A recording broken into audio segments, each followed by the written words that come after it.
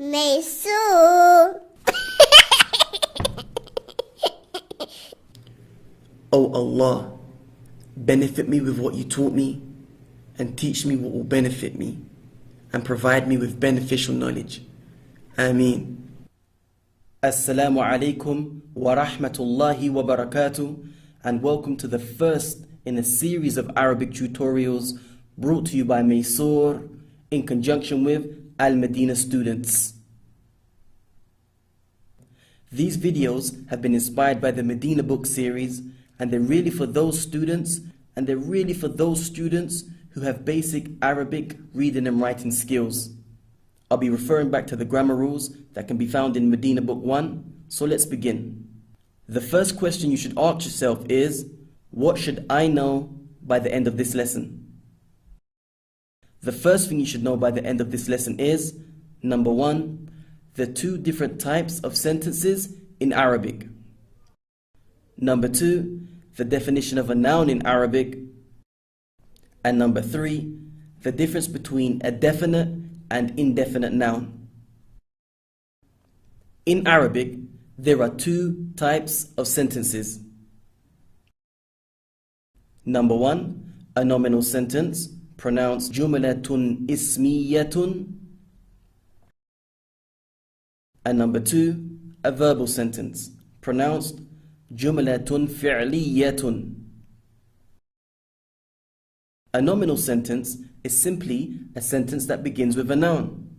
As for a verbal sentence, jumlatun fi'liyatun, it's a sentence that begins with a verb. So if a nominal sentence is a sentence that begins with a noun, the next question we have to ask ourselves is, what is a noun in Arabic?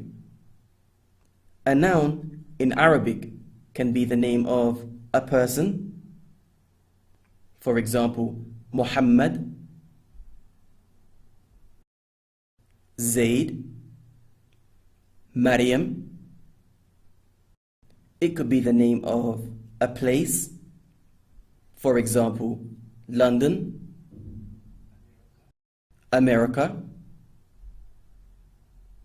or Saudi Arabia. It could also be the name of a thing. For example, a pen,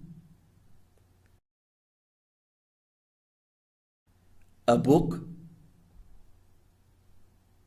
a mosque, etc.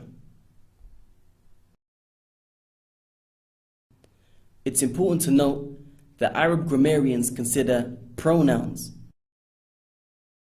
For example, he, pronounced huwa, she, pronounced hiya, they, pronounced hum or hunna. Hum if you're referring to 3 or more men, hunna if you're referring to 3 or more women. You, pronounced anta or anti.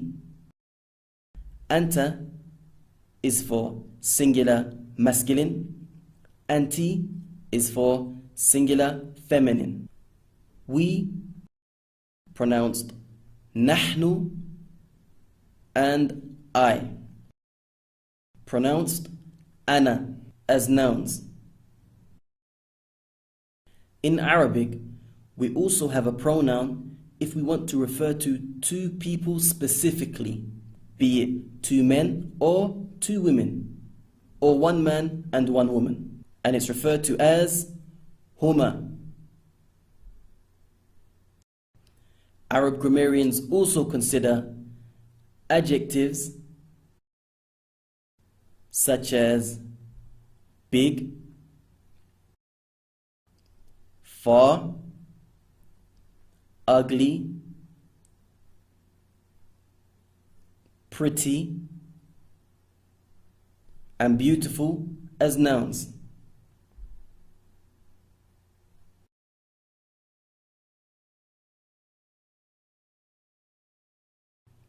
Nakiratun is used to describe a noun that is indefinite.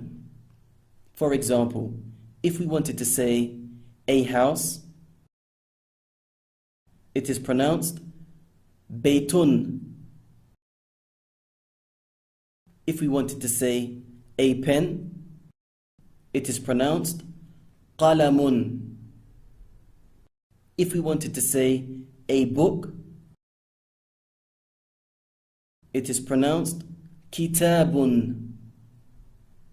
Now, the sound at the end of the word is known as tanween and renders the word indefinite. It corresponds to the English indefinite article a or an. Ma'rifatun is used to describe a noun that is definite. So if we wanted to make any of the previous nouns ma'rifa definite, we simply add al in front of the words and remove the tanween, leaving only one dhamma. For example, al plus baytun becomes al baytu. Al plus masjidun becomes al masjidu. And al plus kitabun becomes al-kitabu.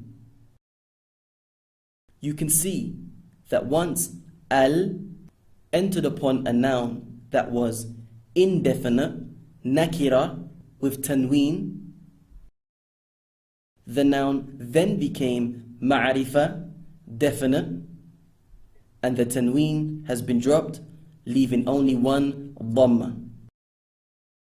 Although some masculine names have tanween, they are not nakira, indefinite, but rather they're ma'arifa, definite. For example, we say Muhammadun, but we do not translate this word as a Muhammad. We just say Muhammad, and it would be incorrect to say Al-Muhammadu. Likewise, we say Zaydun, and it would be incorrect to translate this name as a Zayd. We just say Zayd. Similarly, we do not say Az-Zaydu.